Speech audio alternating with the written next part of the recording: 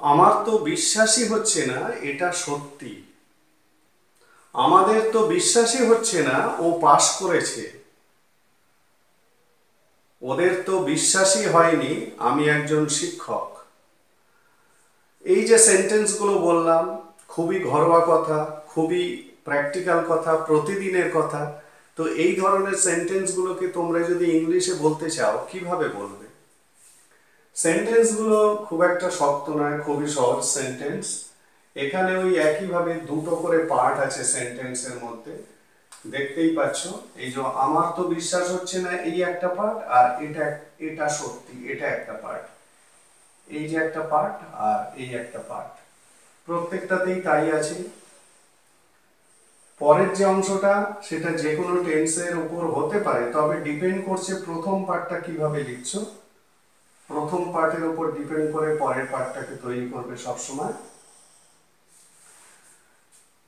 তো এক্ষেত্রে তিনটে সেন্টেন্স আমি প্রেজেন্টের উপর লিখেছি, আর একটা সেন্টেন্স আমি পাস্টের উপর লিখেছি। এইটা পাস্টের উপর আছে, আর বাকি তিনটে 1 2 3 প্রেজেন্টের উপর আছে। এখন এই ধরনের সেন্টেন্সগুলোকে ইংলিশে বলতে গেলে এই স্ট্রাকচারটা ফলো করবে। ইট is hard, it is hard to believe, it is hard to believe.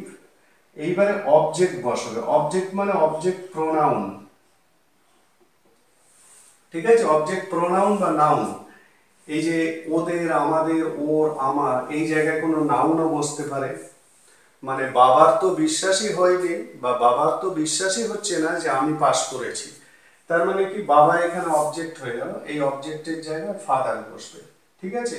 তার মানে অবজেক্টের জায়গায় অবজেক্ট প্রোনাউন, মানে me, him, them, us, you, এইরকম অবজেক্ট প্রোনাউন বসতে পারে বা যে কোনো নাউন বসতে পারে।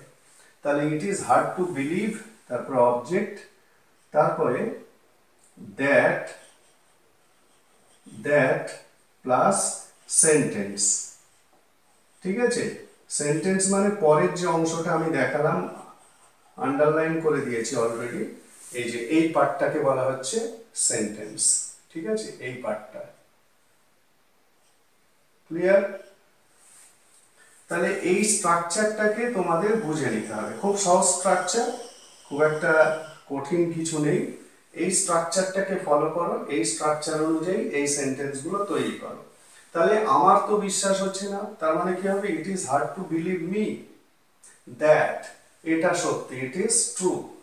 পরেরটা ওর তো বিশ্বাসই হচ্ছে না, তার মানে it is hard to believe him, ওর মানে হি, হি এর অবজেক্ট ফর্ম হিম, তাহলে it is hard to believe him that you have done this, তুমি এ কাজ করেছো।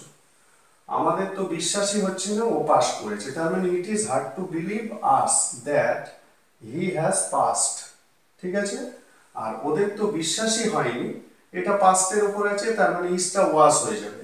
ইট was hard to believe them that, আমি একজন শিক্ষক মানে আই ওয়াজ এ টিচার। যেহেতু এটা পাস্ট করলাম, এটাকেও পাস্ট করে দিলাম। বোঝা গেল? তাহলে এবার সেন্টেন্সগুলো লিখে দেখাই। আমার তো বিশ্বাসই হচ্ছে না, মানে it is hard to believe me that that it is true, ঠিক আছে? পরেরটা, ওর তো বিশ্বাসই হচ্ছে না তুমি এ কাজ করেছো। ইট is hard to believe him, believe him that you have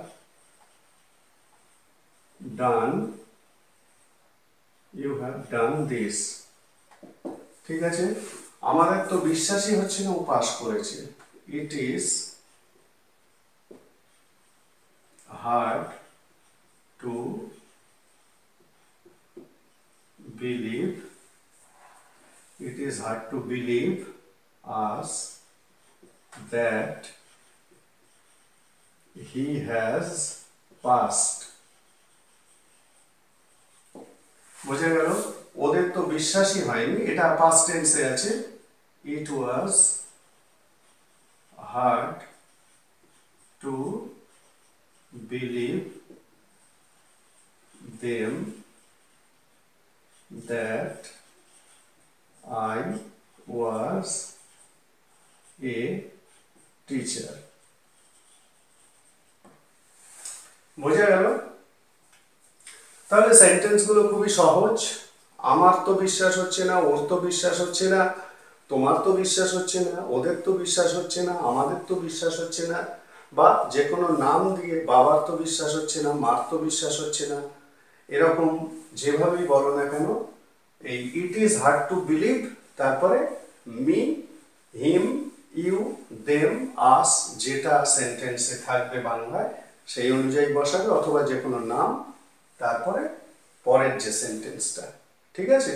তাহলে এই ধরনের সেন্টেন্সগুলোকে ইংলিশে এইভাবে বলতে হয়।